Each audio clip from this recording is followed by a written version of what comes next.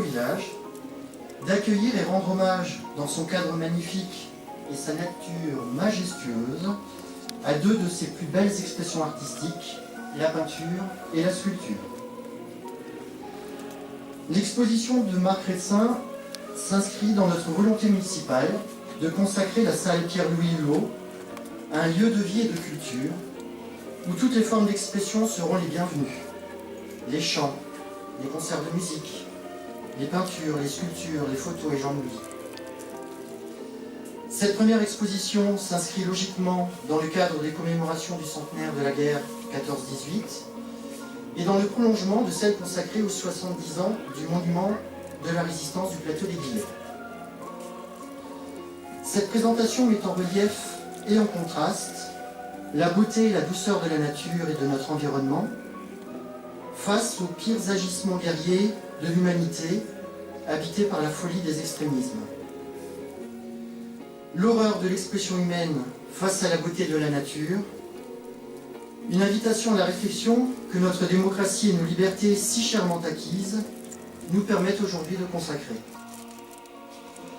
Et alors que notre société contemporaine, agitée par une crise économique, financière et morale sans précédent, traverse une zone de forte et longue turbulence, n'oublions pas que ces valeurs ne sont jamais définitivement acquises, et peuvent être renversées à tout moment.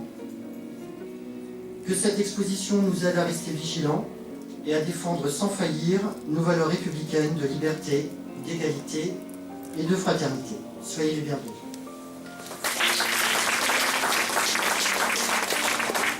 Merci beaucoup de votre accueil. Merci Monsieur le maire de nous accueillir ici. Et également merci à Monsieur Redsin pour cette belle exposition. Alors, le thème de cette expo, bien sûr, ça vient d'être rappelé, les violences de la guerre. Alors, j'ai vu là-bas sur des panneaux qu'il était une question auquel on pourra réfléchir, je pense, encore pendant de nombreuses années. L'homme est-il le prédateur de l'homme? C'est vrai que quand on voit tout ça, on peut se poser des questions. Aujourd'hui, centenaire de la guerre de 14, donc les commémorations du 11 novembre nous ont rappelé tous ces soldats, tous ces gens, tous ces jeunes dont la vie a été brisée en plein élan et qui, pour défendre leur pays, ont tout laissé. Je crois que jamais on pourra s'imaginer la grandeur et l'immensité de leur sacrifice.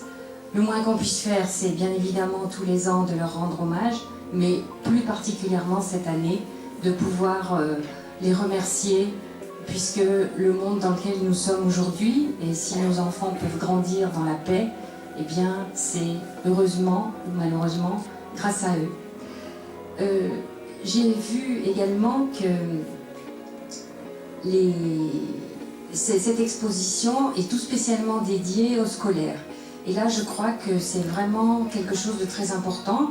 Notre devoir aujourd'hui, c'est de transmettre, c'est d'expliquer, c'est de pouvoir continuer à faire vivre, non pas l'horreur de la guerre, mais au contraire, faire prendre conscience que l'immense bonheur de vivre dans un pays en paix n'a pas de prix. Aujourd'hui, comme hier, et aujourd'hui tout particulièrement, où on voit des horreurs commises dans des pays dans lesquels les forces de djihad ou d'autres extrémismes religieux font commettre des atrocités à des jeunes embrigadés.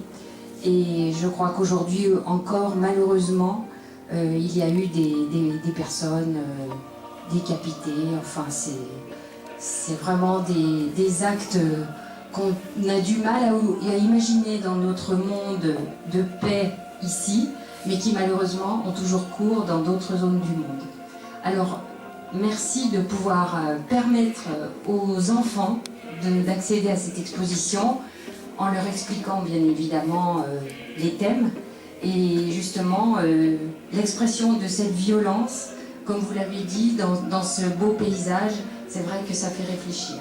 Alors, Monsieur Redsin, je crois que vous pourrez nous expliquer votre démarche. Et je salue mon ami François-René Duchal qui vient d'arriver. Et le but de cette exposition, c'est d'être didactique.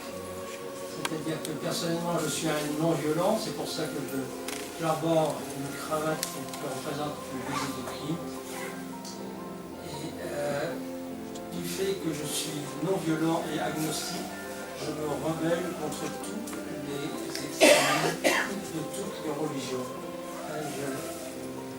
Je me vante d'avoir des amis aussi bien musulmans, israélites, protestants, catholiques.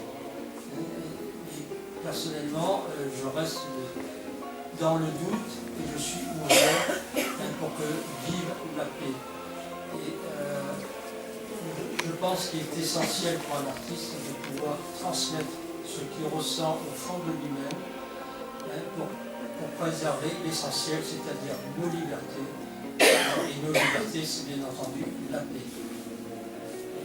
Je vous souhaite une très bonne soirée et en espérant que de nombreux enseignants avec leurs élèves viendront voir cette exposition. Merci Olivier d'abord pour l'organisation de cette exposition sur l'histoire.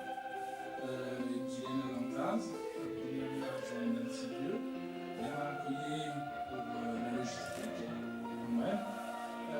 Donc moi je suis heureux de vous accueillir ce soir à Delphi dans cette nouvelle salle communale qui j'espère va vivre longtemps et qui va permettre aux gens de Delphi par rapport à la distance entre Annecy et Delphi, de venir regarder si on va faire plus d'expositions dans cette salle, de profiter de cette salle. Donc voilà, donc je vous souhaite à tous la bienvenue et comme a dit Olivier, l'art à Delphi, c'est bluffant. Voilà. Et il y aura un peu d'affiché tout de suite dans cette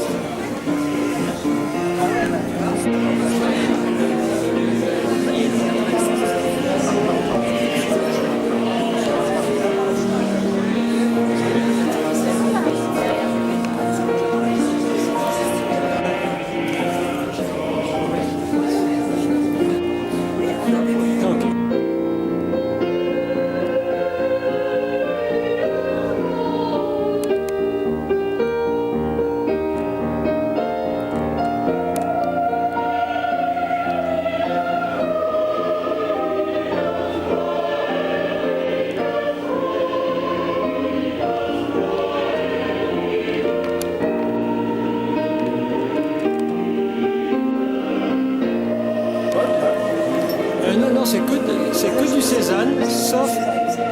Cézanne, sauf le déjeuner sur l'arbre. D'abord, je n'avais pas fait gaffe. C'est tout des Cézanne. Les mêmes qui sont sur le bateau. Et c'est Cézanne avec l'enfant au chapeau de paille sur le bateau. Moi j'aime bien les noms. C'est la fin tragique de l'enfant au chapeau de paille. Ah oui. Et en fait, pourquoi? Parce que là tu imagines que c'est l'enfant au chapeau de paille qui a grandi. Voilà. Le même village. Parce qu'il avait 32 ans en 1916. Donc c'est tout à fait plausible qu'il ait été à Verdun. Ouais. Et surtout que John Rayvold, le biographe de Cézanne, ne l'avait pas retrouvé à Talois. Et on sait que lui était en pleine guerre, qu'il a fait la guerre, cet enfant. Non, c'est une hypothèse. Une hypothèse, avec des petites moustaches et tout. Ah ben oui, c'est mon père, il avait les mêmes costumes, tu vois. Il était à l'Argonne, après il est parti dans la Somme. Il y a pratiquement la moitié, bon, pas la moitié, mais le quart des morts de la guerre de 14 qui sont morts à Verdun. Ouais. Il y a 1,2 million, ouais, 1,3 million. Et après, il y a toute cette partie. Disons, c'est la même taille le tien. Et tu as vu que je l'ai mis, vraiment, j'aime beaucoup là-bas parce qu'il donne de l'éclat, mon salon. Ouais. Il donne de l'éclat. Je l'avais mis sur la cheminée avant. Là, je l'ai mis derrière le canapé. Tu m'excuses pour le vin que tu as apporté l'autre jour.